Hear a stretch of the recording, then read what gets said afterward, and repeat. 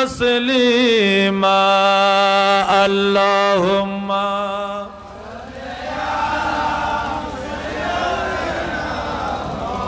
मौलाना मुहम्मद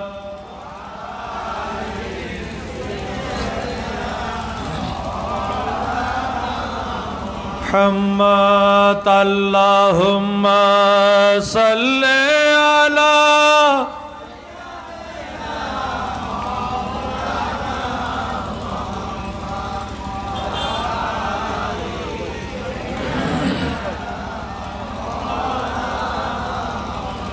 सलातुन या रसूलल्लाह अलैकुम खुज़ बिलुत्फ़िक या इलाही मल्लहु ज़ादुन क़लील मुफ़लिसन बिसिद्क़ियाती इंद बाबिक या जलील सलातुन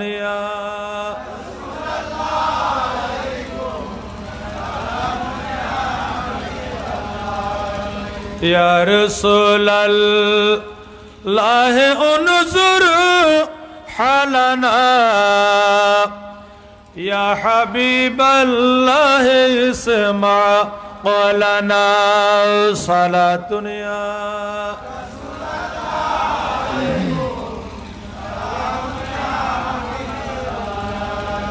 मुहम्मद का खलीफा रे अकबर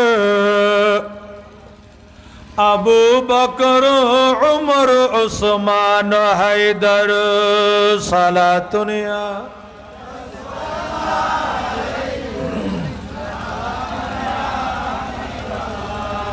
अस्सलाम अस्सलाम कुल्लु बी अस्सलाम चटगामी अस्सलाम कुल्लु बी अस्सलाम नूर सशुक में सहे दहलबी मरहबा ऐ बहार गुलिस्तान खैरिल वरा असा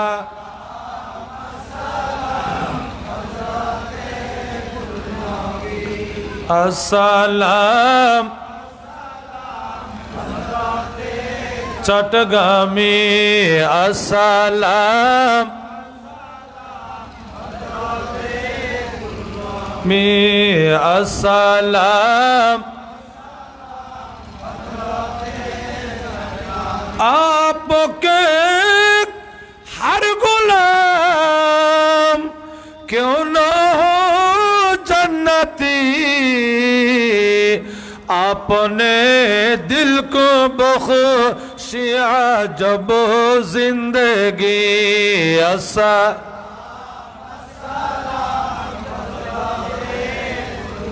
बी अस्सलाम अस्सलाम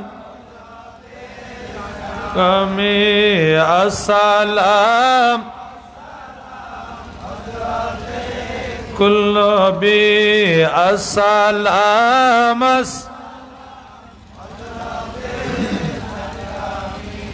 अऊज़ु बिल्लाहि मिनश शैतानिर रजीम बिस्मिल्लाहिर रहमानिर रहीम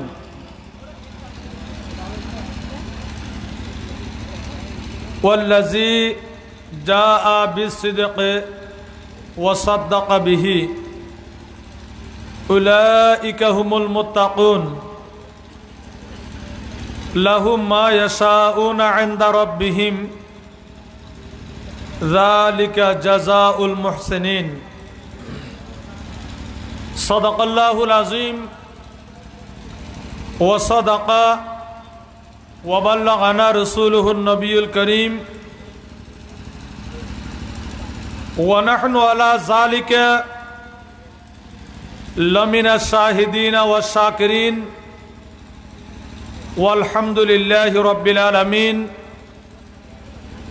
रब्बे सल्ले व सल्लिम व बारिक अलैहि।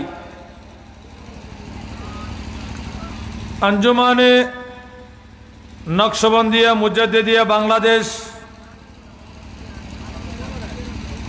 रशिदाबाद शाखा কর্তৃক আয়োজিত पवित्र ईद मिलादुन नबी सल्लल्लाहु ताला अलैहि वसल्लम महफिल ओ तरीकत सम्मेलनेर मेहमान आला पीरे तरीकत रहबुर शरीयत आलम बरदार हकीकत मारिफत सैयदुना सनदुना मावाना मलजाना अल्लामा चाटगामी हुजूर मुबारक मद्दा जिल्लुहुल आली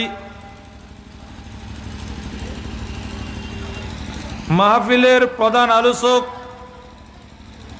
पीरे तरीकत शाहदादाए चाटगामी हजरत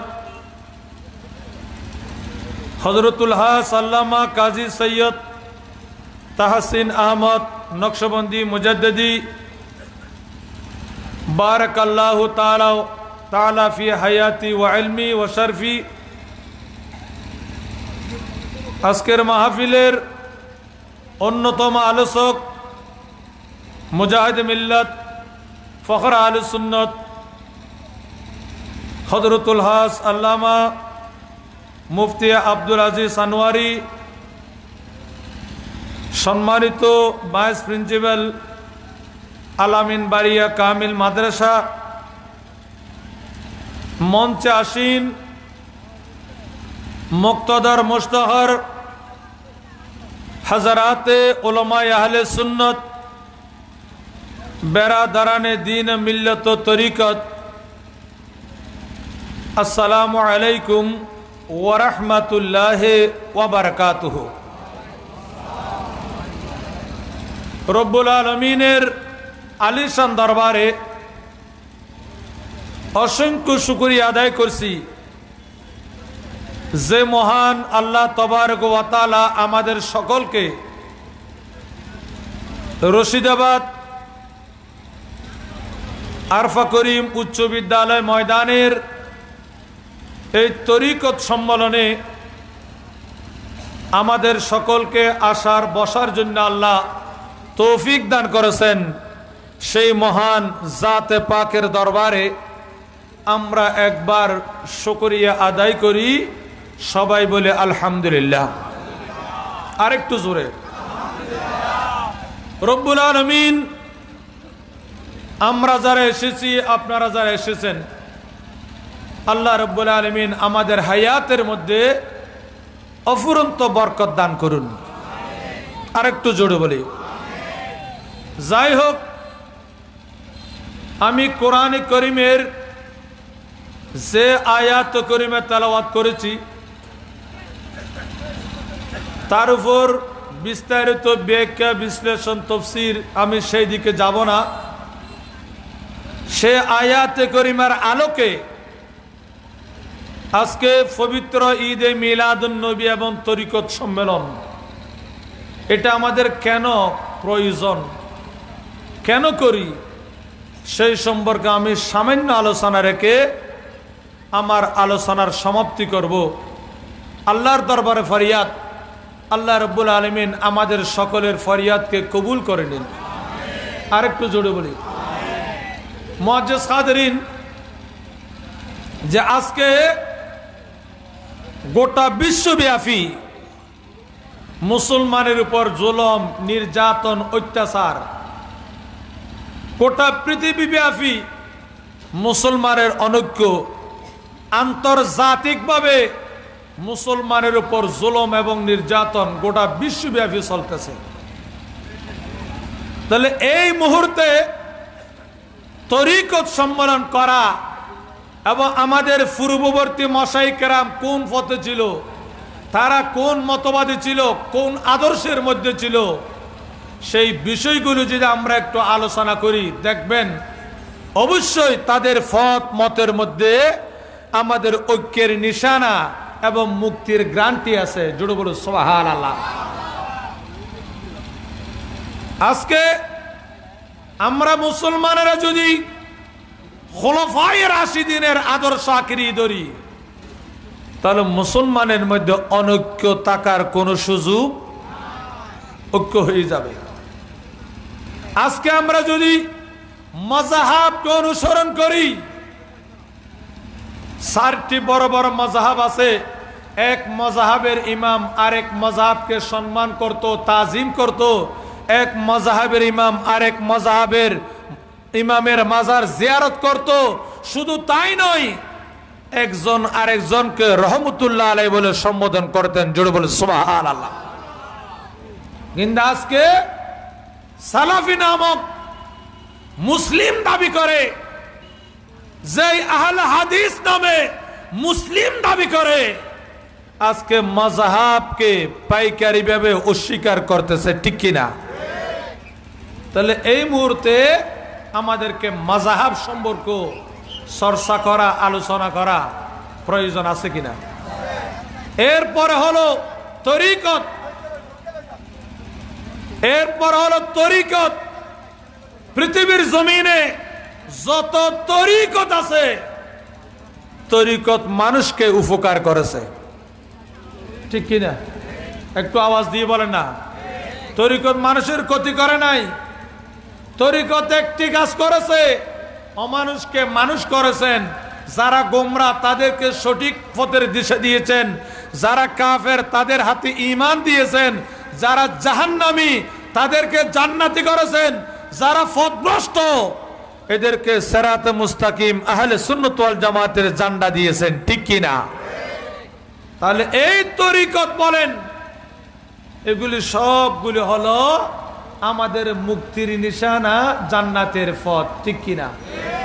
মুআজ্জিজ হাজরিন, হযরতে শাহ ওলিউল্লাহ মুহাদ্দিস দেহলভী রহমাতুল্লাহ আলাইহি উনি একটা কিতাব লিখেছেন, আদ-দুররুস সামিন ফি মুবাশশারাত নবীল আমিন। এটার অর্থ হলো আদ-দুররুস সামিন, মূল্যবান মণিমুক্তা, ফি মুবাশশারাত নবীল আমিন। রাসূল করিম সাল্লাল্লাহু আলাইহি ওয়াসাল্লাম যে সকল সুসংবাদ দিয়েছেন, ওই সকল সুসংবাদকে এক জায়গায় জমা করে একটি কিতাব লিখেছেন। সেই কিতাবের নাম দিল আদ-দুররুস সামিন ফি মুবাশশারাত নবীল আমিন। জোরে বলে সুবহানাল্লাহ। এটা হলো হাদিসের কিতাব। কিসের কিতাব? একটু জোরে বলেন না, খেয়াল করলে বুঝবেন। এখানে ওই কিতাবে যত হাদিস আছে, এইসব হাদিসকে বলা হয় হাদিসে মানামি। কি বললাম? হাদিসে, একটু শব্দটা ক্লিয়ার করেন। হাদিসে মানামি। হাদিসে মানামি কি? যেমন হাদিসের মধ্যে রাসূল পাকের জবানে পাক থেকে যেগুলি বের হলো সবগুলোকে হাদিস শরীফ বলে, ঠিক কিনা? আবার এখানে এক এক হাদিসের এক এক নাম আছে। রাসূল করিম সাল্লাল্লাহু আলাইহি ওয়াসাল্লামের কাছে জিবরিল আসলেন, ধর্ম সম্পর্কে, দ্বীন সম্পর্কে, ইসলাম সম্পর্কে, ঈমান সম্পর্কে, কিয়ামত সম্পর্কে, এর মারফত সম্পর্কে অনেক কিছু প্রশ্ন করে। গোটা মানব জাতিকে ইসলাম কাকে বলে, ঈমান কাকে বলে, কিয়ামতের আলামত কি, ইহসান কি, এই সব বিষয় জিবরিল প্রশ্ন করলেন, নবী উত্তর দিলেন। গোটা পৃথিবীর মুসলমানরা মুহাদ্দিসিন ওই হাদিসকে বলা হয় হাদিসে জিবরাইল। হাদিসে ডর করে না, হাদিসে। মনে করেন আরেকটা, এইভাবে আমি কয়েকটা নাম বলতেছি। আরেকটা হাদিসের নাম হাদিসে মুসাররা। মুসাররা মানে আরবের জমিনে আমাদের বাংলাদেশীয় দুধাল গরুর দাম বেশি, ঠিক কিনা? যে গরু দুধ বেশি দেয় সেই গরুর দাম বেশি। আরবের মধ্যে কাফেরেরা একদিন দুই দিন দুধ দোহন না করে ওলান যখন ফুলে যেত ওই গরুগুলি বেশি দামে বিক্রি করত। রাসূল পাক সাল্লাল্লাহু আলাইহি ইসলাম ওইভাবে গরুকে বেঁধে রেখে ওলান ফুলাইয়া এইভাবে গরু বিক্রি করাকে রাসূল পাক নিষেধ করেছেন। ওই হাদিসকে গোটা পৃথিবীর মুসলমান মুহাদ্দিসেরা এটাকে হাদিসে মুসাররাত বলা হয়। জোরে বলেন না সুবহানাল্লাহ। রাসূল করিম সাল্লাল্লাহু আলাইহি ওয়াসাল্লাম ইন্তেকালের আগে হযরতে আবু বকর সিদ্দিককে ডাকলেন। সুবহানাল্লাহ বলেন না। কাকে? জোরে বলেন না। আবু বকর ইন্তেকালের আগে আবু বকর সিদ্দিককে ডাকলেন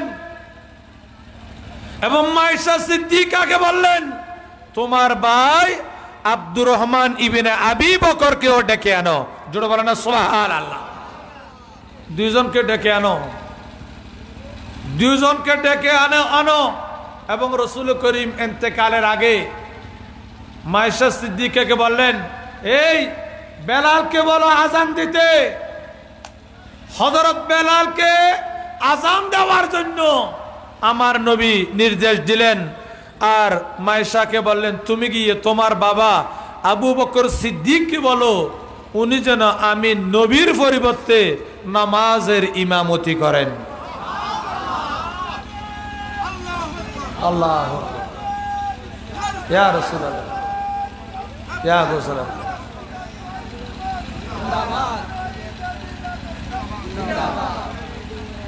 তাহলে রাসূলুল্লাহ বললেন আবু বকর সিদ্দিককে বলো তিনি যেন আমার পরিবর্তে নামাজের ইমামতি করেন।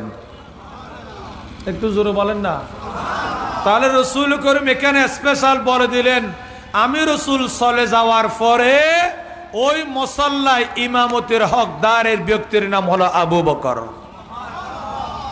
কে? জোরে বলেন না কে? এইখান থেকে তরিকতের কার্যক্রম শুরু। মুআজ্জিজ হাজিরিন, আবু বকর সিদ্দিক সম্পর্কে মায়েশা বললেন ইয়া রাসূলুল্লাহ আমার বাবা আব্বা নরম অন্তরের মানুষ, উনি নরম অন্তরের মানুষ, উনি ইমামতি হয়তো করতে পারবে না, চোখের পানি ছেড়ে ছেড়ে কাঁদবে, অন্য একজনকে বললে ভালো হয়।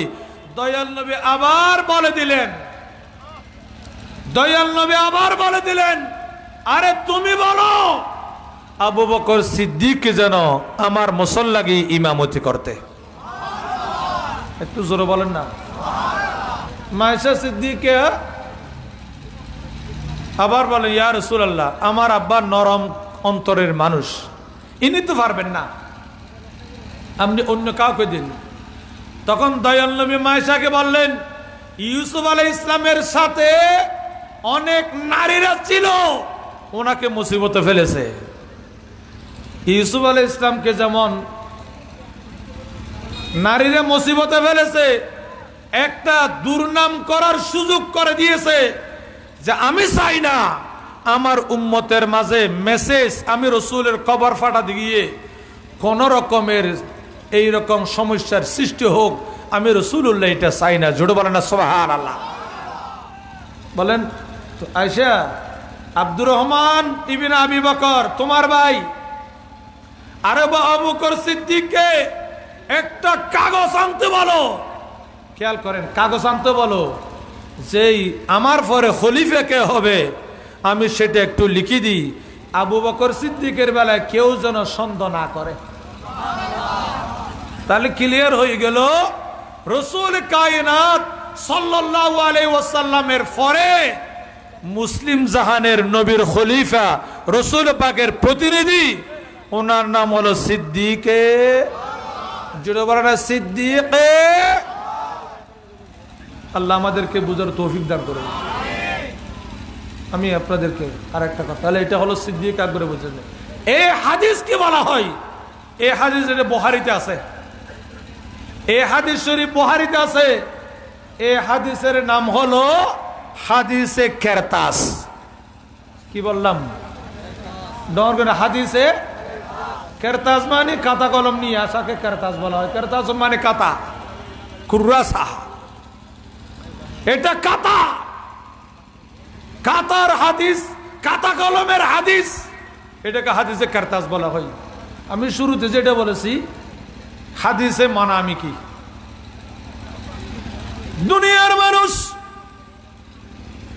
হযরত শাহ ওয়ালিউল্লাহ মুহাদ্দিস দেহলভী রহমাতুল্লাহ আলাইহি, ওনার কাছে অনেক মানুষেরা প্রশ্ন করলেন। প্রশ্নটা কি? হুজুর, কাদেরিয়া তরিকা, নকশবন্দিয়া, চিশতিয়া, সরওয়ারদিয়া তরিকা, এই সকল তরিকা আমার দয়াল নবীর আমলে ছিল না। কোন তরিকা 200 হিজরির পরে, কোন তরিকা 400 হিজরির পরে, কোন তরিকা 500 হিজরির পরে, কোন কোন তরিকা 700 হিজরির দিকে, এইভাবে গোটা দুনিয়াতে শুরু হলো।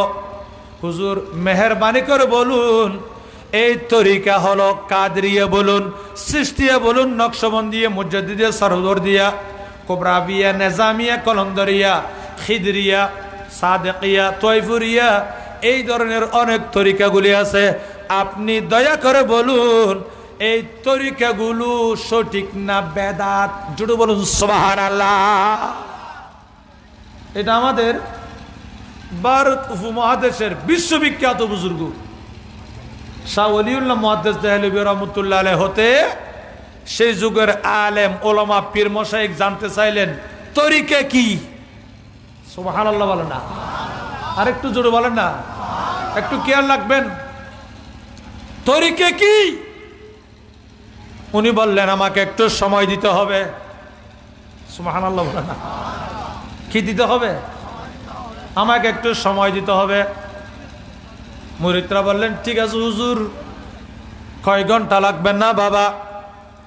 কয় ঘন্টা না, আমাকে সময় দিতে হবে 1 সপ্তাহ।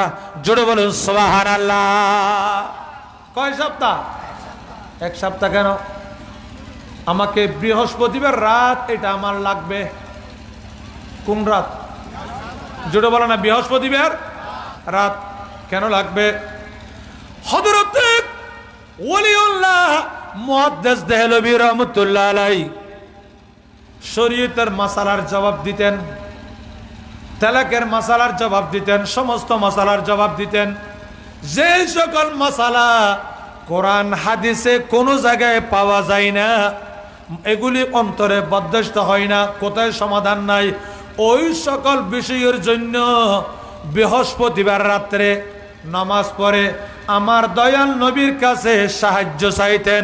জোরে বলেন সুবহানাল্লাহ। আমার নবী মুর্দা না জিন্দা? জোরে বলেন না, আমার নবী জিন্দা নবী, ঠিক কিনা? যারা আমার নবীকে মুর্দা বলে এদেরকে ইমানদার বলা যাবে? এরা মুসলমান না, না কাফের? জোরে বলেন না। সাহাবায়ে কেরামের আকীদা আমার নবী জিন্দা। আমার নবী কি? আউলিয়া কেরামের আকীদা আমার নবী। আরে জোরে বলেন না। গৌসুল আজম দস্তগীর ওনার আকীদা আমার নবী জিন্দা। খাজা নকশবন্দির আকীদা দয়াল নবী জিন্দা। গরিবে নওয়াজের আকীদা দয়াল নবী জিন্দা। ইমাম রাব্বানির আকীদা দয়াল নবী জিন্দা। শুধু তাই নয়, আমার ইমাম রাব্বানি হাজার হাজার মুরিদানদেরকে এক বৈঠকে দয়াল নবীর সাথে দিদার করিয়ে দিলে।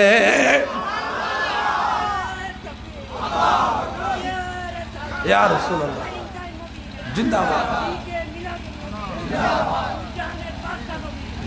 তাহলে এখান থেকে আরেকটা মশলা বের হয়, তরিকত লাগে এই কারণে দয়াল নবীর সাথে কলবি সম্পর্কের জন্য, রাসূল পাকের দিদার হওয়ার জন্য তরিকত প্রয়োজন আছে কিনা? তরিকত এই জন্য দরকার। অনেকে বলে তরিকত দরকার কি? আরে নবী দেখার জন্য তরিকত দরকার, ঠিক কিনা? চোখ যখন পাওয়ার কমে যায় চশমা দরকার। ঠিক কিনা? চোখের পাওয়ার যদি কমে যায় চশমা দরকার কিনা? তাহলে আজকে আমাদের কলবের পাওয়ার কমে গেল হারামের কারণে, গুনার কারণে, মিথ্যার কারণে, চুগলির কারণে, গীবতের কারণে। কলবের পাওয়ার যখন কমে গেল, ওই কলবকে শক্তিশালী করার জন্য তরিকতের প্রয়োজন আছে কিনা? তরিকত প্রয়োজন যে কলবকে জিন্দা করার জন্য, কলবকে জিন্দা করার জন্য তরিকত প্রয়োজন। তরিকত ছাড়া কলব জিন্দা হয় না। কলবের মধ্যে শ্বাস দিতে গেলে তরিকত লাগে।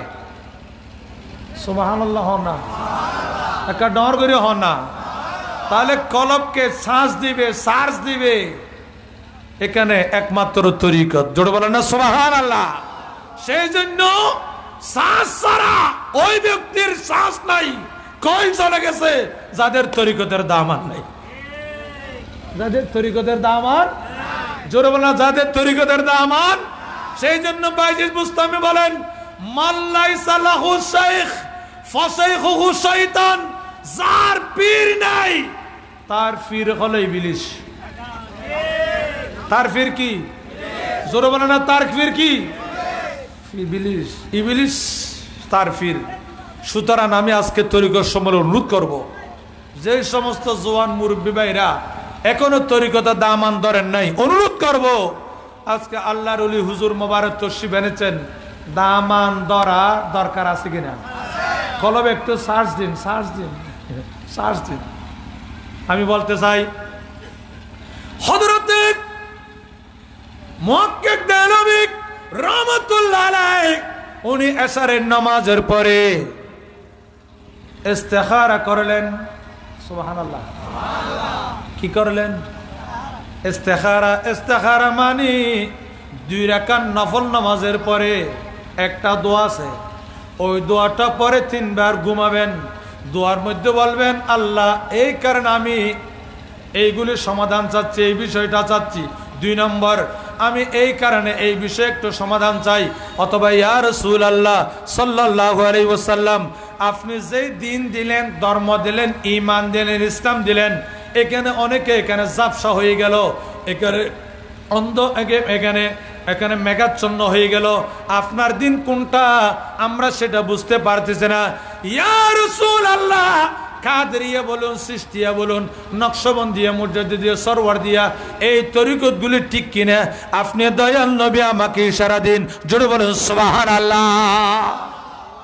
দেখেন, উলিউল্লাহ মুহাদ্দিস দেহলভী রাহমাতুল্লাহ আলাইহি বৃহস্পতিবার রাতে ইস্তেখারা করে দয়াল নবীর কাছে সাহায্য চাইলেন।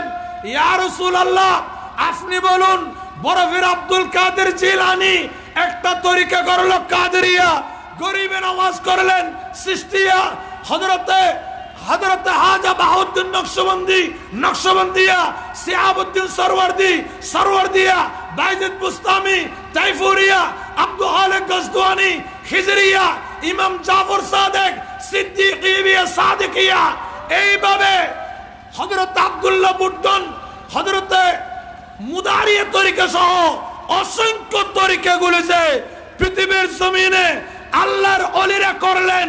ইয়া রাসূলুল্লাহ, এগুলিতে আপনি রাজি কিনা, অথবা এগুলি সুন্নত কিনা, না করলে এগুলি বেদাত, আপনি দয়াল নবী আমাকে স্বপ্নে বলে দিন। জোরে বলেন না সুবহানাল্লাহ। আল্লাহ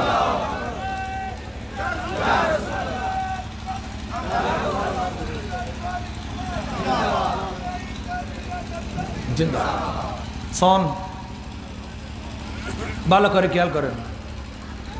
হযরতে ওলিউল্লাহ মুহাদ্দিস দেহলভী রাহমাতুল্লাহ আলাইহি উনি স্বপ্নে দয়াল নবীর কাছে সাহায্য চাইলেন। আমার নবী সাহায্য করতে পারে কিনা, দয়াল নবী দিদার দিতে পারে কিনা। আমার নবী তাকে দিদার দিলেন। আমার দয়াল নবী বললেন, হে ওলিউল্লাহ মুহাদ্দিস দেহলভী, শোনো, কাদেরিয়া, চিশতিয়া, নকশবন্দিয়া, সরওয়ারদিয়া, এইভাবে যত তরিকত আছে সমস্ত তরিকত গুলো আমি নবীর কলবের সাথে সম্পর্ক। নবীর কিসের সাথে? বাবাজি মনোবতের ডুকি তেলে লাভ আছে না নাই? সিডেঙ্গে তো গোহাত আছে, ফোয়ারাত খেলা দিলি ফরি কিন কি ভাল্লার ফোয়ারাত খেলা দিলি বুড়ার আমরা ফরি কিন কিনে ভাইলে হতে কি ফোয়ারাত খেলা দিলি তো মন ফেবেললে বলি ফোয়ারাত খেলা দিয়া ফেলব। আমার নবী বলতেছেন কাদেরিয়া বলুন, নকশবন্দিয়া বলুন, চিশতিয়া সরওয়ারদিয়া, যত তরিকত এগুলি আছে সমস্ত তরিকত আমি নবীর কলবের সাথে সম্পর্ক। কি লয় তো নবীর কলব ফাইবেললে মন ফাইবেললে তরিকত দরকার আছে না? আরে গুড়ো গড়ি হইল না। সেই জন্য তরিকত মানি নবীর কলবে জায়গা করে নেওয়া, তরিকত মানি নবীর কদমে যাওয়া, তরিকত মানি রূহকে সাফ করা। তরিকত শব্দের অর্থ হলো যে অল্প ইবাদতে অসাধ্য সাধন করা। অনেক কেউ কেউ যদি বলেন হুজুর অল্প ইবাদতে কেমনে হয়, কেমনে না হয়?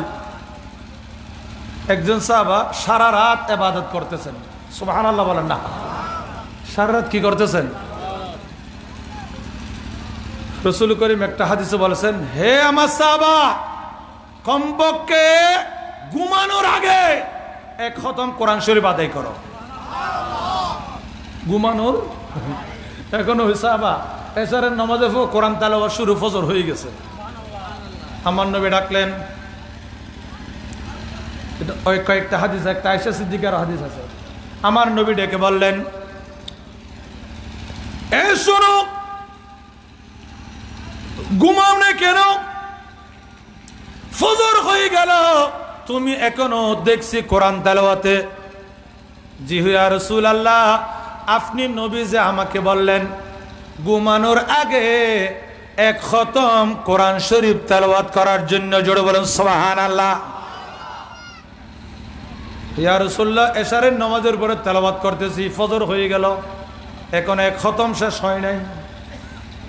আমার নবী বললেন, তোমাকে বলছি ঘুমানোর আগে তো ঘুমোতে যেতে পারো নাই। ঘুমার আগে বললাম ঘুমতে যেতে পারো নাই। ইয়া রাসূলুল্লাহ, আপনি তো বললেন ঘুমানোর আগে এক খতম পড়ার জন্য, এখন এক খতম আদায় করতে পারি নাই, ঘুমও হয় নাই, ফজর হয়ে গেল, এখন ইয়া রাসূলুল্লাহ কি করতে পারি? আমার দয়াল নবী বললেন, আমার কাছে আসো, একটা কথা শুনো। ইয়া রাসূলুল্লাহ কি? আমার নবী বলেন, কোন মুসলমান যদি 3 বার কুল আল্লাহ শরীফ পড়েন, সূরা ইখলাস পড়েন, আল্লাহ তাকে এক খতম কোরআনে সওয়াব দান করে। খবর ঘুরে ঘুরে এলো হন না। 2 নম্বর আরেক হাদিস আছে, কোন মুসলমান যদি ঘুমানোর আগে একবার সূরা রহমান শরীফ পড়েন, সূরা ইয়াসিন শরীফ পড়েন, আল্লাহ তাকে 10 খতম কোরআনের সওয়াব দান করেন। খতম তুই এত নগরী সূরা ইয়াসিন নবীর 10 খতম হয়ে তুই 3 বার কুল আল্লাহ বললে এক খতম। আমার নবী আবার বললেন, কোন মুসলমান যদি ঘুমানোর আগে যে কোন সময় 4 বার সূরা কাফিরুন 4 বার পরে এক খতম কোরআনের সওয়াব আল্লাহ দান করবেন। হুজুর, এটা তো আমি আগে জানি নাই, এটা তো আমি আগে জানি নাই। কমপক্ষে খতম, আর যদি সম্ভব হয় আজ থেকে ঘুমানোর আগে 10 খতমের কোরআনের সওয়াব কামাই করব। তোমারা নাম হে ইয়া মুস্তাফা यासीन कुरान में, तुम्हारा नाम है मुस्तफा यासीन कुरान में, तुम्हारे देखने वाले उसी सूरा पे मरते हैं। सलातुन या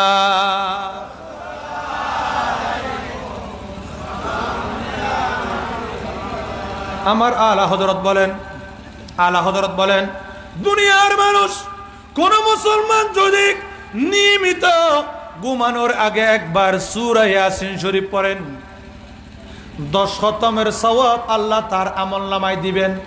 2 নম্বর হলো ওই ব্যক্তি ইন্তেকালের আগে জীবন একবার আমার দয়াল নবীকে সরাসরি দেখবে। নবীর দিদার দরকার আছে কিনা জোরে বলেন না। তাহলে অনেক আমলের দ্বারা নবীর দিদার পাওয়া যায়। একটি আমলের নাম হলো সূরা ইয়াসিন শরীফ তেলাওয়াত, ঠিক কিনা? আল্লাহ আমাদেরকে বুঝার তৌফিক দিন। আমি বলতে চাইলাম তাহলে তরিকতের সাথে আমার নবীর সাথে সম্পর্ক আছে কিনা? আরো জোরে বলেন না। দুনিয়ার মানুষ হযরত ইমাম রাব্বানী মুজাদ্দিদ আল-ফাসানি রাদিয়াল্লাহু তাআলা আনহুর একজন মুরিদান হযরত মীর সৈয়দ মোহাম্মদ নোমান রহমতুল্লাহ আলাইহি। উনি অনেক দূরে ভারতের সর্বোত্তর প্রদেশে ওনার বাড়ি, দিসলা নদীর পাশে ওনার বাড়ি, মানে নদী পার দিলে ইরাকের জমিন। উনি সেখান থেকে দরুদ শরীফ পড়তেছেন। দরুদ শরীফ এই কারণে তেলাওয়াত করতেছেন। আমার নবী এক হাদিসে বললেন পৃথিবীর জমিনে কোন মুসলমান যদি পীরে কামেল না পায়, প্রতি রাত্রে আমি নবীর উপর 1000 বার দরুদ শরীফ পড়লে সরাসরি আমি নবীর দিদার পেয়ে যাবে। উনি দরুদ শরীফ তেলাওয়াত প্রতি রাতে 1000। সুবহানাল্লাহ বলেন না। দয়াল নবী ওনাকে স্বপ্নে দেখালেন, তুমি পীর পাও নাই? তুমি কি পীর পাও নাই? জি ইয়া রাসূলুল্লাহ, আমার নজর জমে মন গামে ওই রকম পীর পাই নাই। দয়াল নবী বললেন যাও পাঞ্জাবের জমিনে, সিরহিন্দের জমিনে আমার কলিজার টুকরা একজন বুজুর্গ যেখানে তশরিফ এনেছেন, যার নাম হলো শেখ আহমদ সরহিন্দি। এরা মানুষ ওনাকে ইমাম রাব্বানী বলে, যিনি বাদশাহ আকবরের বিরুদ্ধে জিহাদ ঘোষণা করে দিলেন। ওই ইমাম রাব্বানী আমি নবীর কলিজার টুকরা।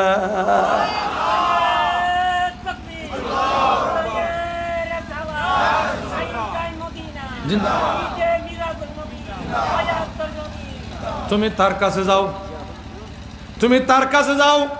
মুজাদ্দিদ আল-ফাসানি রহমাতুল্লাহের কাছে যদি যাও, তার দরবারে গেলে অতি দ্রুত সময় আমি নবীর দিদার পাওয়া যাবে। আল্লাহ আমাদেরকে বুঝার তৌফিক দিন। আরেকটু জোরে বলুন, আরেকটু জোরে বলি। তাহলে তরিকতের প্রয়োজন আছে কিনা? আরে জোরে বলেন না। আমি এই কথাটা শুরুতে এই কারণে বললাম, আমার নবীর অনেক হাদিসে, একটা হাদিসের নাম হাদিসে মনামি। হাদিসে বলেন না, হাদিসে। এটা লিখলেন দয়াল নবী দুনিয়া থেকে পর্দা হওয়ার প্রায় 1000 বছরের কাছাকাছি পরে, 800 বছর পরে, 900 বছর পরে এই কিতাবটা লিখছেন। এই হাদিসগুলো বুখারীতে নাই, মুসলিমে নাই, নাসাই নাই, তিরমিজিতে নাই, আবু দাউদে নাই, মুসনাদ আহমদে নাই, মুসনাদ আবি আলাতে নাই, হাকিমে নাই, মুস্তাদরাকে নাই। এভাবে মুসান্নাফে সাইবা, মুসান্নাফ আব্দুর রাজ্জাক থেকে শুরু করে কোন হাদিসের কিতাবে, ইবনে কাইয়্যিম থেকে শুরু করে কোন হাদিসের কিতাবে এই হাদিসগুলি নাই। তাহলে 800-900 বছর ফলে এগুলি কি মেটিফ্যাট উঠছে না? তাহলে এগুলি উনি রসুল পাককে স্বপ্নে দেখেছেন। রসুল পাকের কাছে জানতে চাইলেন, ইয়া রাসূলুল্লাহ, হানাফি কি, মালিকি, শাফি কি, হাম্বলি কি, কাদরিয়া কি, নকশবন্দি কি, সৃষ্টিয়া কি, সরওয়ার্দি কি, এগুলি কি? দয়াল নবীর স্বপ্ন ওনাকে বলে দিতেন, হানাফি মাযহাব, শাফি মাযহাব, হাম্বলি মাযহাব, সব মাযহাব আমি রসুল পাকের সাথে সম্পর্ক। সমস্ত তরিকত আমি রসুল পাকের সাথে সম্পর্ক। আরো জোরে বলেন না, আরো জোরে বলি। তাহলে আমি বলতে চাই, এই যাবৎ ওই কিতাবটা লেখার পরে আজকে 700 বছর হয়ে গেল, কেউ এটা বলতে পারে নাই এগুলি হাদিস নয়। তাহলে ক্লিয়ার হয়ে গেল সিলসিলার সাথে তরিকতে দাখিল হওয়া মানে দয়াল নবীর অন্তরে নিজের জায়গা করে নেওয়া। আল্লাহ আমাদের বুঝার তৌফিক দিন। আরেকটু জোরে বলি আল্লাহুম্মা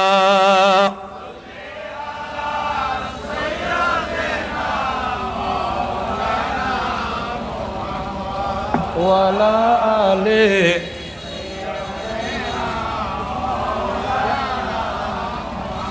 আল্লাহুম্মা সাল্লি আলা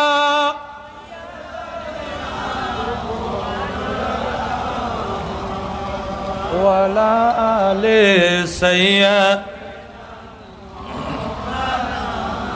মুআজ্জাজ এখন আমরা আসি। আমার নবী একদিন হাদিসে ভাগে বললেন, সূর্য উঠে আর ডুবে। সূর্য উঠে, ঠিক কিনা? সূর্য উঠেন আর ডুবেন।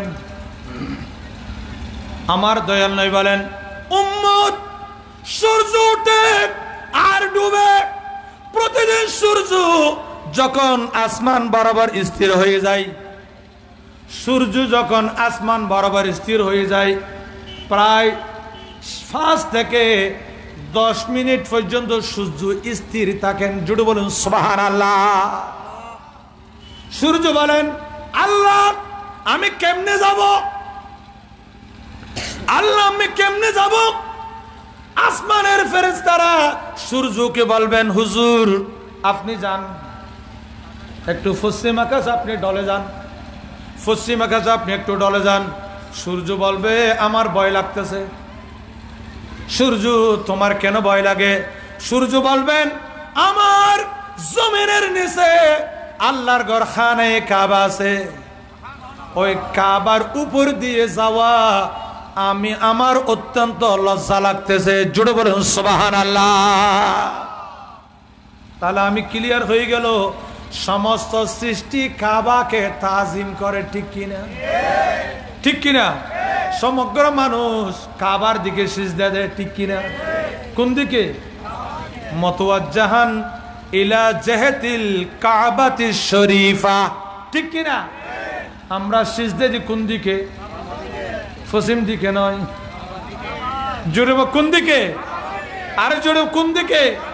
আমরা কাবার দিকে নত করে সিজদা দিই, আল্লাহর ঘরের দিকে। তাহলে সমগ্র সৃষ্টি আল্লাহর ঘরকে সামনে নিয়ে সিজদা দেয়, ঠিক কিনা? আল্লাহর ঘর দামি। আল্লাহর ঘর কি? ওই ঘর দেখলে গুনাহ মাফ হয়। ওই ঘর দেখলে কিছু ফারা লাগে না।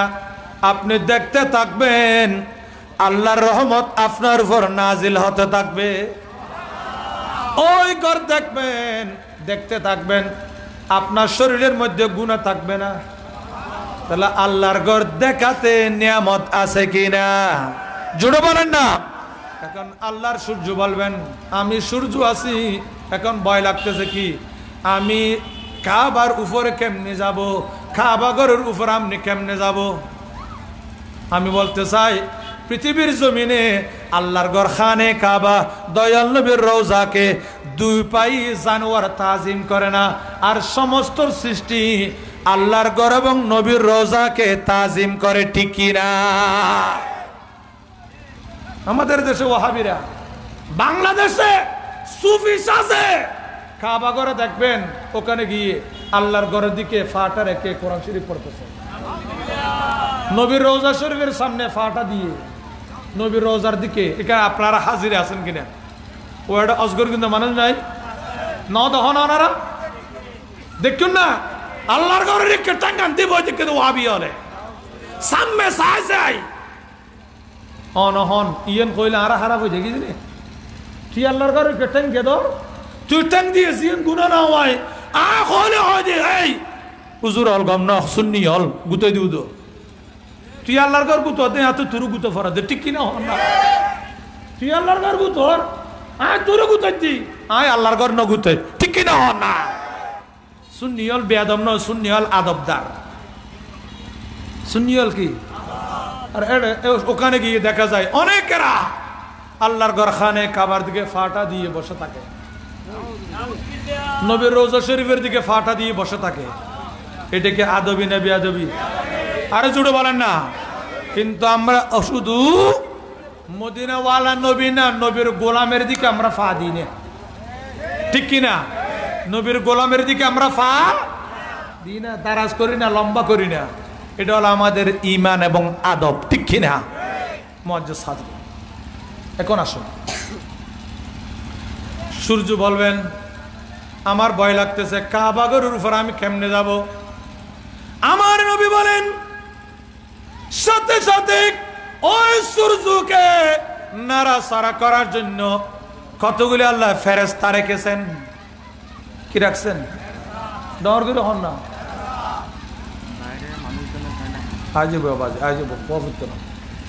কতগুলি ফেরেশতা আছে, কতগুলি ফেরেশতা সূর্যকে এইদিকে ওদিকে টানাটানি করেন, তাজিম করেন, নিয়ে যান। এখন ফেরেশতা বলবে হুজুর আপনার কলবে একটা নাম আছে। সুবহানাল্লাহ বলেন, আরে জোরে বলেন না। আপনার কলবে একটা নাম আছে, আপনার কলবে একটা নাম আছে, ওই নামটার জিকির করেন। জোরে বলেন সুবহানাল্লাহ। ওই নামের কি করেন? নামের কি করেন? আমরা অনেক নামে জিকির করি, ঠিক কিনা? ডর করে হন না। আল্লাহর নামে জিকির আছে কিনা? আমার দয়াল নবীর নামের জিকির নাই? ইয়া রাসূলুল্লাহ, ইয়া রাসূলুল্লাহ, বাল্লাহ ইয়া রাসূলুল্লাহ, বাল্লাহ ইয়া রাসূলুল্লাহ, বাল্লাহ ইয়া রাসূলুল্লাহ, বাল্লাহ ইয়া রাসূলুল্লাহ, লা ইলাহা ইল্লাল্লাহ মুহাম্মাদুর রাসূলুল্লাহ সাল্লাল্লাহু। তাহলে রসুলের জিকির আছে কিনা? ডর করে হন না। এইভাবে গৌসুল আজম দস্তগীরের নামের আমরা স্লোগান দিই, এটা গৌস পাকের জিকির। ইমাম রব্বানির নামে স্লোগান দিই, এটা ইমাম রব্বানির জিকির। এভাবে হাজার নকশবন্দির নামে স্লোগান দিই, এটা তার জিকির। গরিবী নামাজের নাম জফি, এটা তার জিকির। আসসালাম আসসালাম গৌসুল আজম কুল নবী বলে, এটা গৌসুল আজম কুল নবীর জিকির, ঠিক কিনা?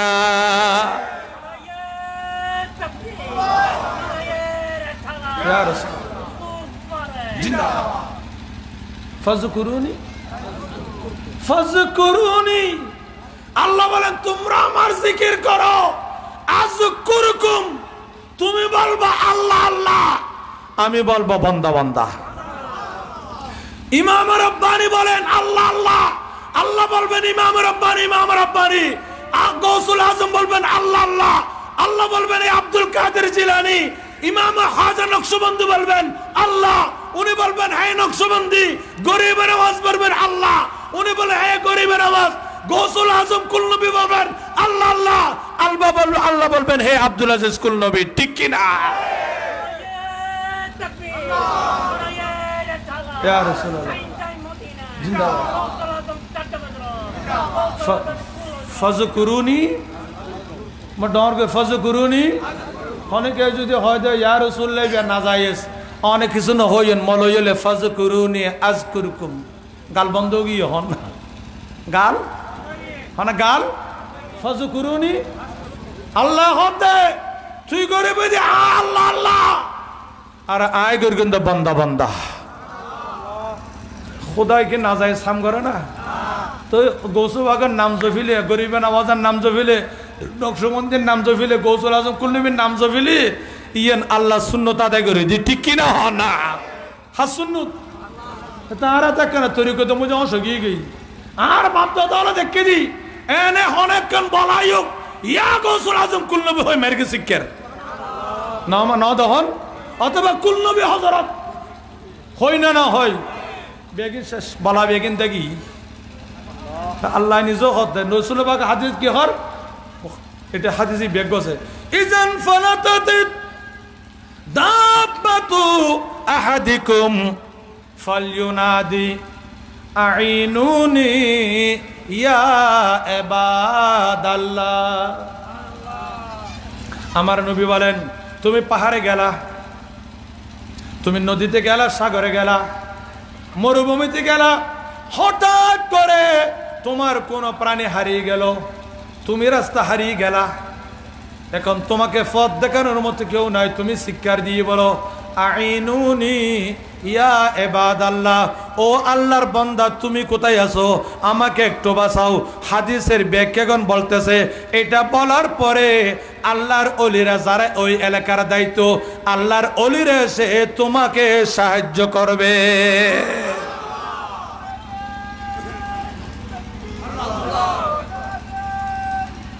ইয়া রাসূলুল্লাহ, জিন্দাবাদ, আল্লাহ জিন্দাবাদ। আল্লাহ আমাদেরকে বুঝার তৌফিক দিন। আরেকটু জোরে বলি মুআজ্জিজ, আমি বলতে চাইলাম, তাহলে আল্লাহ ফাজকুরুনি, আমরা আল্লাহ আল্লাহকে ডাকবো, আল্লাহ বলবেন বান্দা বান্দা, আল্লাহ কি বলবেন? আল্লাহ আমাদেরকে বুঝার তৌফিক দিন। আরেকটু জোরে বলি, আমি বলতে চাইলাম মুআজ্জিজ হাজিরিন, সূর্যের ফেরেশতা বলবে, সূর্যের জন্য যে মুয়াক্কেল ফেরেশতা আছে ওই ফেরেশতা বলবেন, হে সূর্য, আপনি আল্লাহর গড়কে অতিক্রম করতে, গড়ের উপর দিয়ে যাইতে আপনি ভয় পাচ্ছেন, জি, আপনার কলবে একটা নাম আছে, ওই নামটা জিকির করেন, আপনি গেলে বেয়াদবি হবে না। আপনি গেলে বেয়াদবি, আপনি গেলে বেয়াদবি হবে।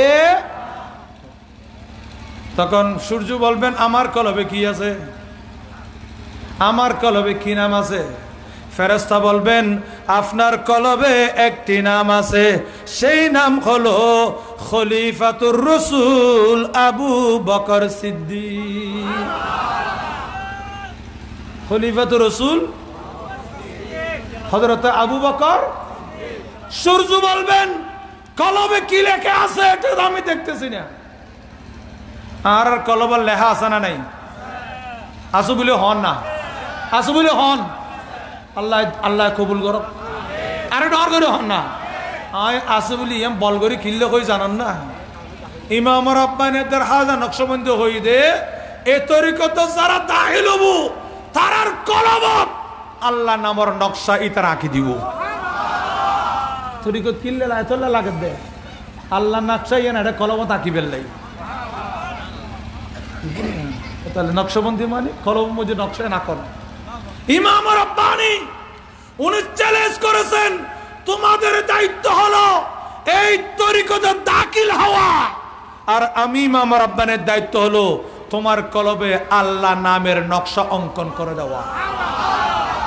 কলবত আল্লাহ যদি অঙ্কন হয়ে যাবি ওনি ফুরিত তারিব না, হন না, ওনি ফুরিত তারিব না। তরিকতাতে লাগাত দে দুজগত ফোরানো যাবে লাই, যোন তরিকত নয়ও বড্ডা করবা তাড়াতাড়ি হাইত তারিবি, দুজগত যাইতে তারিবি। তরিকত দরকার আছে না নাই? ডর করে হন না, তরিকত দরকার আছে না নাই? আল্লাহ ইয়া রাব্বি কোন তরিকত দামান ধরে বেললে তৌফিক দান করো। আল্লাহুম্মা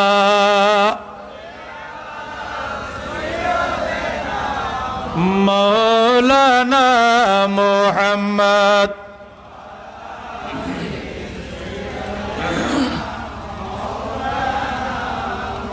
মুআজ্জিজ হাজিরিন খেয়াল করেন, তখন ওই ফেরেশতা বলবেন, সূর্য তোমার কলবে যেই নাম আছে সেটা জিকির করো,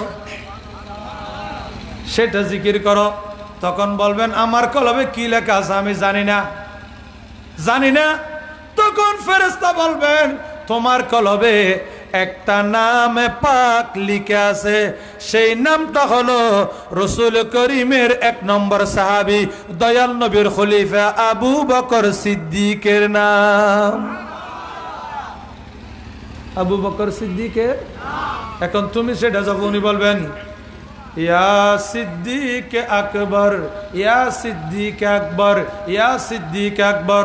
সূর্য বলবেন সিদ্দিক আকবরের নাম জফিলে লাভটা কি?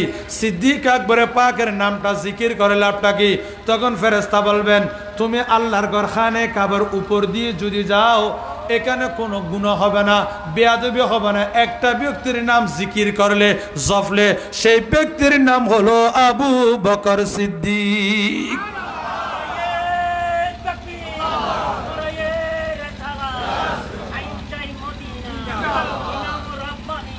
আমি বলতে চাচ্ছি তাহলে আবু বকর সিদ্দিকের নামের বরকত আছে কিনা? আরেকটু জুড়ে বলুন। এখানে হাদিসে বাগারও আছে।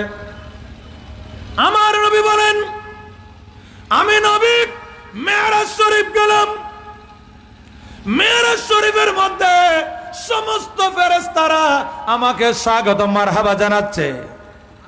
আমি নবী দেখলাম বেহেশতের প্রত্যেকটা দরজায় আমি নবীর নাম,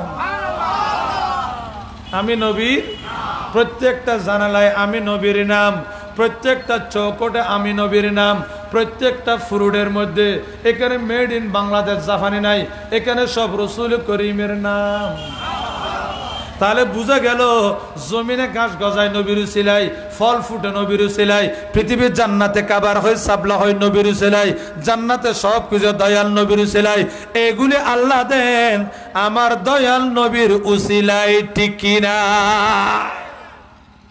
নবীকে তো মানতে হবে, নবীর উসিলাই সব কিছু পেয়েছি। লাউলা কালামা খালাকতুল আফলাক, লাউলা কালামা আযহারতুর রুবুবিয়্যাহ, নবী না হলে কিচ্ছু হতো না। আল্লাহ আমাদেরকে বুঝার তৌফিক দিন। আরেকটু জোরে বলেন না, আরেকটু জোরে বলি। আমি বলতে চাইলাম দুনিয়ার মানুষ, আমার নবী বলেন জান্নাতের প্রত্যেকটা জায়গায় আমি নবীর নাম, আমি নবীর তারিফ, আমি নবীর নামে দরুদ শরীফ। আর জোরে। এখন দয়াল নবী মুস্কে হাসে বলেন আরেকটা কথা সাহাবায়ে কেরাম শুনবা না? জি ইয়া রাসূলুল্লাহ। সেটা কি? জান্নাম যেখানে আমার নাম, আমার পরে আবু বকর সিদ্দিকের নাম।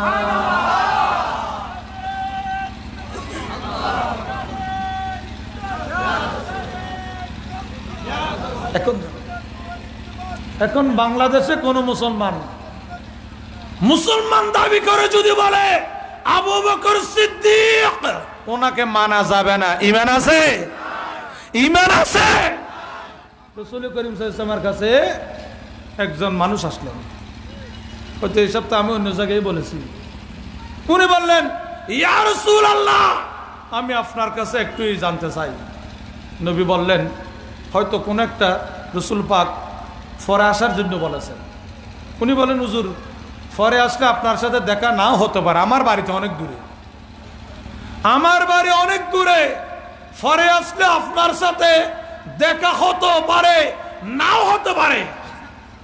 রাসূল বললেন ফাইল্লাম তাজিদিনি ফাআতি আবি বাকারা, সুবহানাল্লাহ, ফাআতি আবা বাকারা। হে সাহাবায়ে কেরাম শুনো, তোমরা যদি মদিনায় এসে আমাকে না পাও, মদিনায় এসে আমাকে না পাও, রোজা শরীফের মধ্যে গিয়ে আমাকে আমার দিদার না পাও, যে সকল সমাধানের জন্য আমি রাসূল পাকের দরবার আসো, আমি তোমাদেরকে বললাম আমি যদি মদিনায় সশরীরে না থাকি, সকল বিষয়ের সমাধানের জন্য আমার পরে একজন ব্যক্তির কাছে আসিও, ওনার নাম হলো আবু বকর সিদ্দিক। ওনার নাম কি? তাহলে দয়াল নবী এখানে ক্লিয়ার করে বলে দিলেন যে আমার পরে সমস্ত বিষয়ের সমাধান দাতা, ওনার নাম হলো সিদ্দিক আকবর। ওনার নাম কি? ওনার নাম কি? আল্লাহ আমাদেরকে বুঝার তৌফিক দান করেন। আল্লাহ সাহাবা ফি হায়াতে সাহাবা নামক কিতাবে আছে, রাসূল করিম ইন্তেকালের পরে একজন সাহাবা মদিনায় আসলেন, আমার নবীকে তালাশ করতেছেন। আইনা হাবিবি মুহাম্মদ, সুবহানাল্লাহ, তো জোরে বলেন না।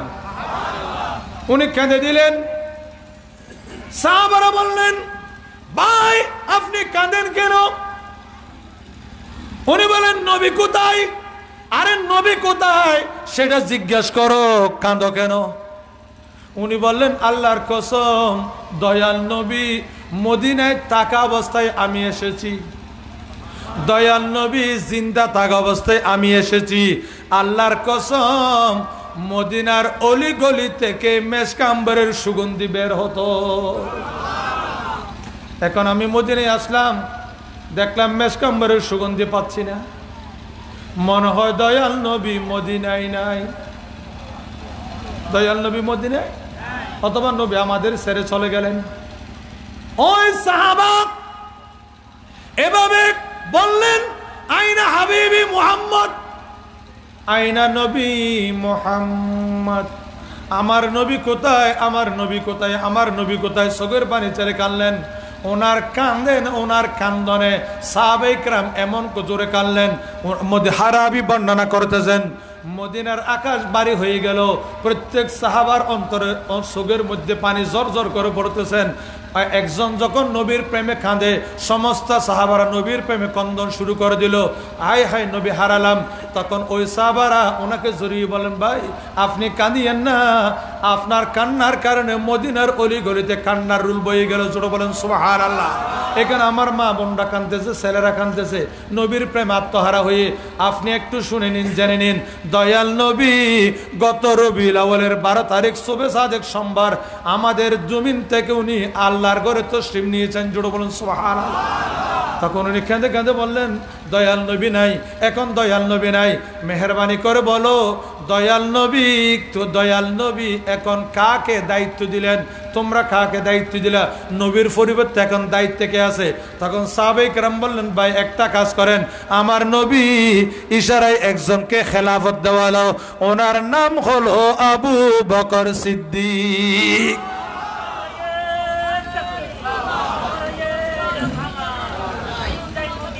জিন্দাবাদ। ওনার সিদ্দিক আকবর উনি কোথায়? উনি দয়াল নবীর খলিফা, উনি কোথায়? বলেন উনি রাজদরবারে আছেন। জোরে বলেন না সুবহানাল্লাহ। উনি সরকারি দায়িত্বে আছেন, রাজদরবারে আছেন। বলেন আমাকে একটু নিয়ে যান। সুবহানাল্লাহ। সাহাবায়ে কেরাম তার হাতে ধরলেন। সুবহানাল্লাহ। আমার নবী বলেন, কোন মানুষ যদি অন্ধকে সাহায্য করো, আল্লাহ তাকে অসংখ্য নেকি দান করবেন। আরো জোরে বলেন না। অনেক সওয়াব, টাকা দিলে সওয়াব, পয়সা দিলে সওয়াব। অন্ধকে যদি আপনি রাস্তা পার করে দেন, তা তো সওয়াব। আমার নবী বলেন, অন্ধকে সাহায্য করো, তাকে পথ দেখিয়ে দাও, তাকে তুমি খাবার দাও, আমি নবী খুশি হয়ে যাব। এখন মুআজ্জিজ হাজরিন, এখন এই সাহাবা বললেন, আইনা আবু বকর সিদ্দিক, সিদ্দিক আকবর কোথায়? সিদ্দিক আকবর কোথায়? সাহাবায়ে কেরাম ওনাকে ধরে ধরে সিদ্দিক আকবর যেখানে মসনদে বসে আছেন সেখানে নিয়ে গেলেন। নিয়ে যাওয়ার পরে বল আপনি বসেন। বসার পরে বলেন আপনি সিদ্দিক আকবরের কদম পাক ধরেন। উনি ওনার কদম ধরলো, ধরার পরে সালাম করলেন, শরীরে লাগালেন, বললেন হুজুর আপনি কি সিদ্দিক আকবর? জি। চোখের পানি পড়তেছে, ওনার কান্দনে সিদ্দিক আকবর কাঁদতেছে, চোখের পানি পড়তেছে। হুজুর আমি গুনাহগার, আমি অন্ধ, অনেক দূর থেকে আসলাম, নবীকে দেখার জন্য পাই নাই, তব আপনার কদম পেয়ে আপনার চেহারা পাকের কাছে এসে, শরীরের কাছে এসে দয়াল নবীর সুঘ্রাণ পেয়ে যাচ্ছি। এভাবে রাসূল পাক উনি সিদ্দিক আকবর কদম দাবাচ্ছেন, কদম টিপছেন, দাবাচ্ছেন, দাবাতে দাবাতে একদম হাঁটু পর্যন্ত। কয়েকজন সাহাবা বললেন, তার মানে ভাই এটা করিয়েন না, আপনার হাত যেন হুজুরের হাঁটুর উপরে না আসে। অন্ধকে ইশারা করে বলে, আপনার হাত যেন ওনার হাঁটু মোবারকের উপরে না আসে। উনি কিন্তু নাসুর বান্দা, ফা মোবারক দাবাচ্ছে, টিপতেছে, টিপতে টিপতে একদম রানের গোড়ায়, এখানে রানের গোড়ায় সাহাবায়ে কেরাম আস্তাগফিরুল্লাহ, তওবা, লা হাওলা ওয়ালা কুওয়াতা আদবের খেলাপ হচ্ছে, একটু আদব করি। ওদিকেও সাহাবায়ে কেরাম বলতেছেন সিদ্দিক আকবর তোমরা চুপ থাকো, উনি যা ইচ্ছা তাই করুক। উনি আস্তে আস্তে টিপতেছেন, টিপতে টিপতে দাবাতে দাবাতে ফেট মোবারক পর্যন্ত দাবাচ্ছেন, দাবাতে দাবাতে উপরে আসে সিদ্দিক আকবরের দাড়ি মোবারক ধরলেন। আরে জোরে। ওদিকে কেউ কেউ বলেন আস্তাগফিরুল্লাহ, তওবা, এটা বেয়াদবি।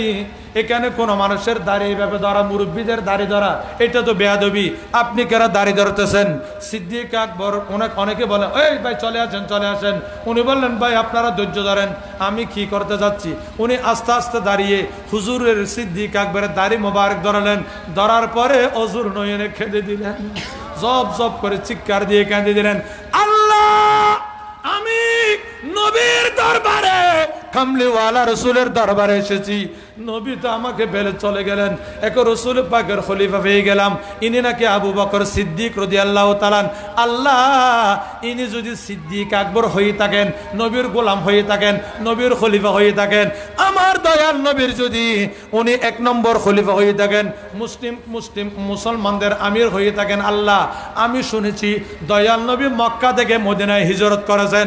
হিজরত করার পরে কিছু যাওয়ার পরে রসুল করিম সাল্লাল্লাহু আলাইহি ওয়াসাল্লাম সিদ্দিক আকবরের কাঁধ মোবারক উঠলেন এবং হুজুরের 2 রান মোবারক সিদ্দিক আকবরের 2 গালের পাশে এইভাবে ঝুলিয়ে দিলেন এবং রসুল পাকের রান মোবারকের সাথে সিদ্দিক আকবরের দাড়ি মোবারক গুলে লেগেছে।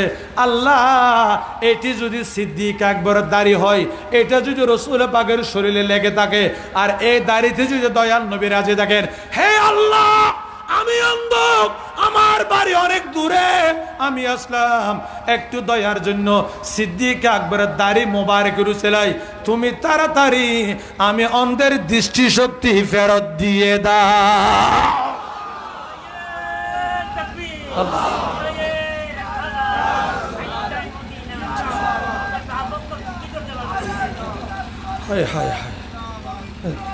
দেরি নাই, অনেক দাঁড়ে ধরলেন, দাঁড়ে মোবারক করেছিলেন, দোয়া করলেন। দোয়ার বরকতে দাড়িগুলো চোখে লাগিয়ে দিলেন।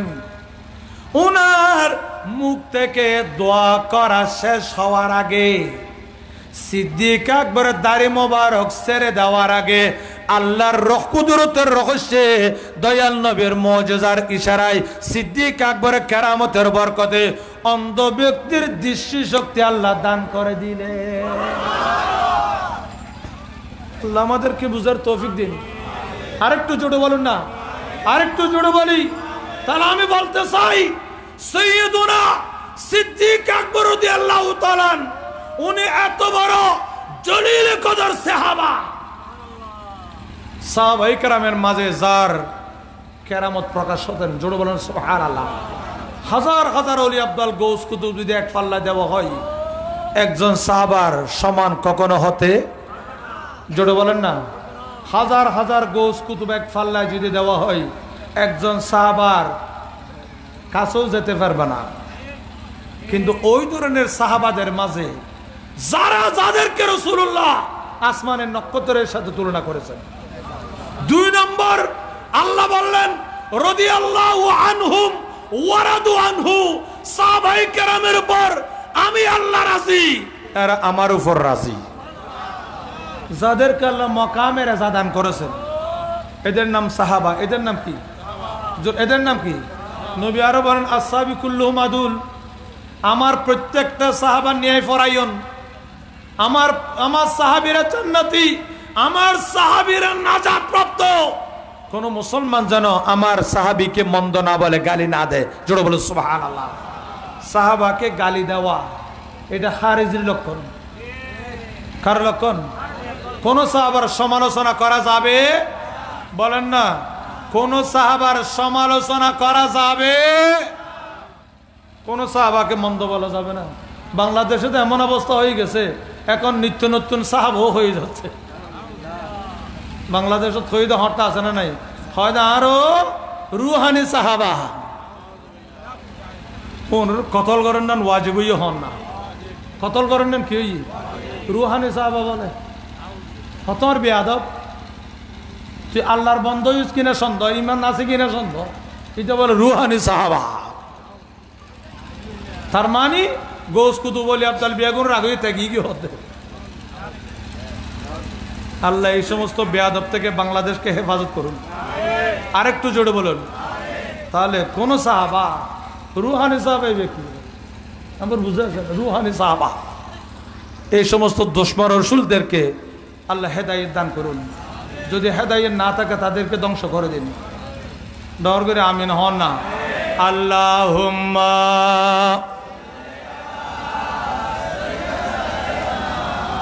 মাওলানা মুহাম্মদ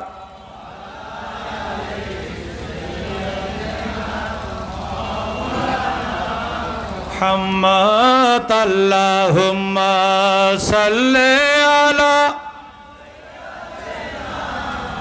মাওলানা মুহাম্মদ।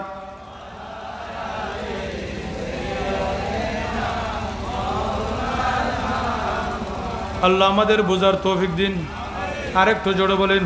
আমি বলতে চাই তাহলে সিদ্দিক আকবরের পজিশনের কোনো তুলনা কোনো মেসাল সিদ্দিক জোরে বলেন না। ইনি ইসলামের প্রথম বক্তা, ইনি ইসলামের প্রথম ব্যক্তি, ইনি আশরায়ে মুবাশশারার মধ্যে 7 জন ওনার হাতে ঈমান এনেছেন। হযরত বেলালকে উমাইয়া ইবনে খলব থেকে ক্রয় করে আজাদ করে ব্যক্তি যিনি দুনিয়া থেকে জান্নাতে হৌজে কৌসারের পানি করেছেন। জোরে বলুন সুবহানাল্লাহ। উনি এমন ব্যক্তি যিনি দয়াল নবীর সাথে হিজরত করেছেন। পৃথিবীর জমিনে এমন সমস্ত সাহাবা ওলি আব্দাল গোস কুতুব অনেকের যদি আমলনামা এক পাল্লায় দেওয়া হয় সিদ্দিক আকবরের আমলনামা তার চেয়ে বাড়ি, ঠিক কিনা? এটা হাদিস উমর ফারুক বেলায় বলেছেন। তাহলে ওনার আরেকটা পরিচয় আমাদের জন্য, ওনার এইভাবে অনেক পরিচয়। পৃথিবীর জমিনে আল্লাহর কোরআনকে যিনি সর্বপ্রথম 30 পারা আকারে করলেন ওনার নাম সিদ্দিক আকবর। এদিন এক মৌলবী বালা করে শুনুন, এদিন এক মৌলবী বলল যে উযু ছাড়া কোরআন শরীফ দ্বারা যাবে। ডর করে নাউজুবিল্লাহ হওয়া না, আরো জোরে। অনেক মহিলা তো গোমরা হয়ে যাবে। নারে তাকবীর, নারে রিসালাত, নারে গাউসিয়া। মাশাআল্লাহ, আমাদের মাহফিলের অন্যতম আকর্ষণ মুজাহিদ মিল্লাত জনাব মৌলানা আব্দুল আজিজ আনোয়ারি সাহেব তশরিফ এনেছেন। সবাই বলে মারহাবা। আলহামদুলিল্লাহ, আল্লাহ ওনার হায়াতে বরকত দান করুন। সালাতুনিয়া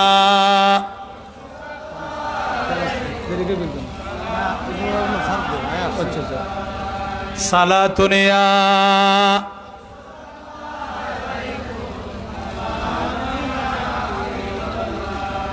কইতেন চাইলেন দে এতে ওয়াজ করত দে হযরত রাসূল পাকে ফসরা মুবারক গরিয়াই উযু সারা কোরআন শরীফ দরকি মানে সে আচ্ছা এই মালুম যে কোরআনি বই নি এতর বেহল কেন আল্লাহ জমিনত বানাই।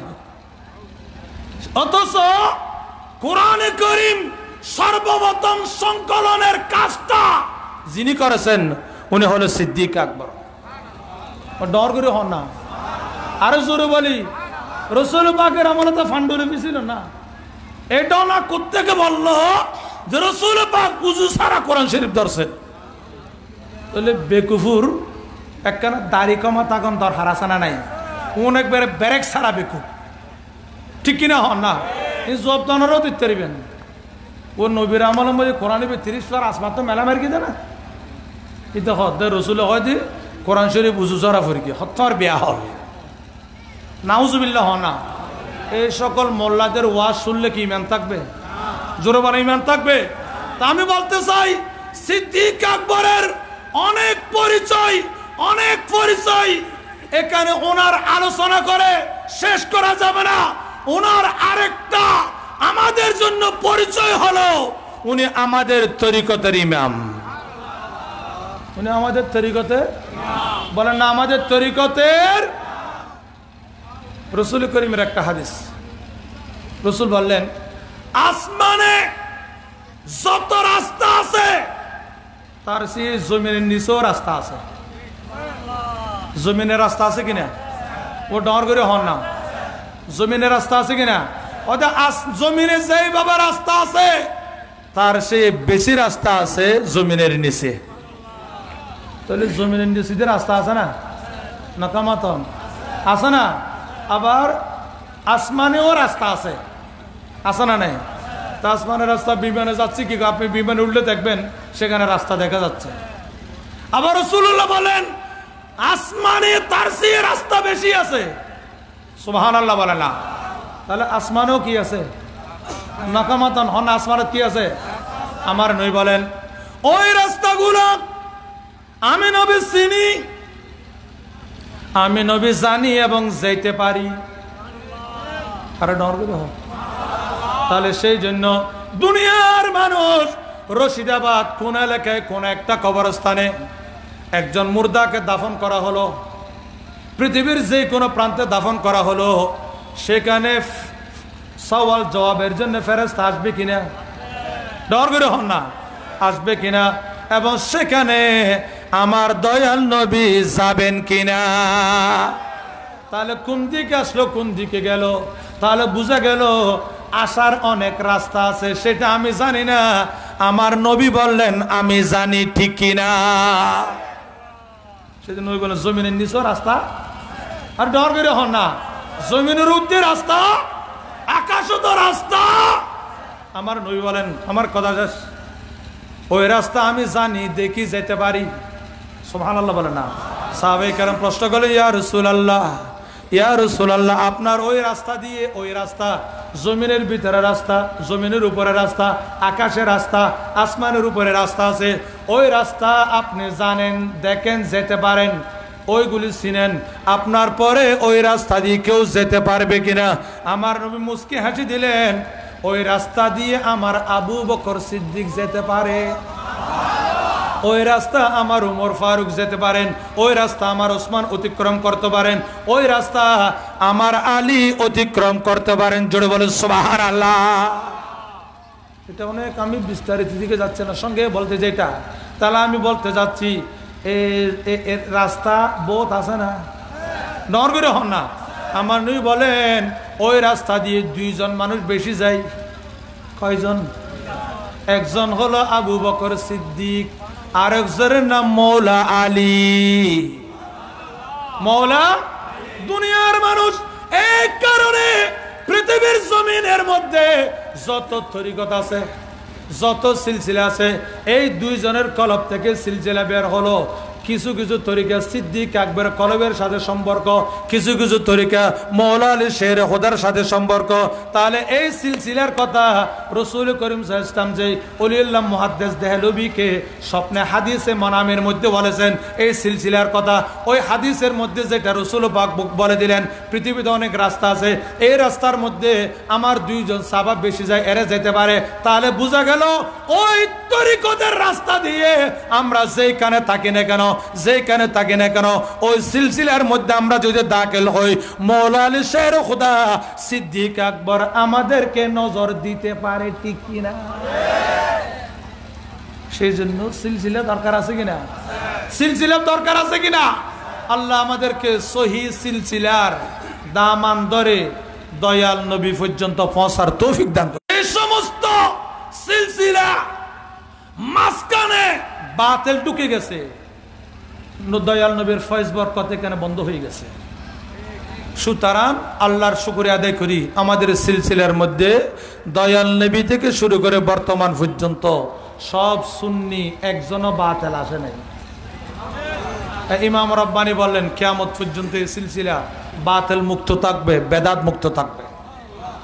তরিকে আহমদি হে আহমদে मुरसल बख्शा है, वैसे हिंद है रुतबा मुजद्दिद अल्फ़ सानी का, खुदाया दे दे का रोज़ाए मुजद्दिद अल्फ़ सानी का, के हो मुद्दत से मैं शहीदा मुजद्दिद अल्फ़ सानी का। जनाबे गौसे आज़म ने कहा একদিন বাজে ডঙ্কা, একদিন বাজে ডঙ্কা, মুজাদ্দিদ আলফে সানি কা, মুজাদ্দিদ আলফে সানি কা। জোরে বলি সুবহানাল্লাহ। যার ডঙ্কা বাজবে, যার পতাকা উঠতে থাকবে, এটা দয়াল নবীর স্বপ্নে অনেককে বলেছেন। গৌসুল আজম দস্তগীর বলে গেছেন, গরিবের আওয়াজ বলে গেছেন, হাদা নকশবন্দি বলে গেছেন, এবং হযরতে এই শরফুদ্দিন বোয়ালি কলন্দর রহমতুল্লাহ আলাই, উনি জন্ম ফেটে মায়ের ফেটে থাকা অবস্থায় উনার ঘরে আসে খেলাফত দিয়ে বললেন, এই আব্দুল আহাদ ফারুকী, আমি এখানে আসছি আপনার কারণে নয়, আপনার আওলাদের কারণে, এবং আমি আমার একটা খেলাফত আমি অগ্রিম আপনার ছেলেকে দিয়ে গেলাম। জোরে বলে সুবহানাল্লাহ।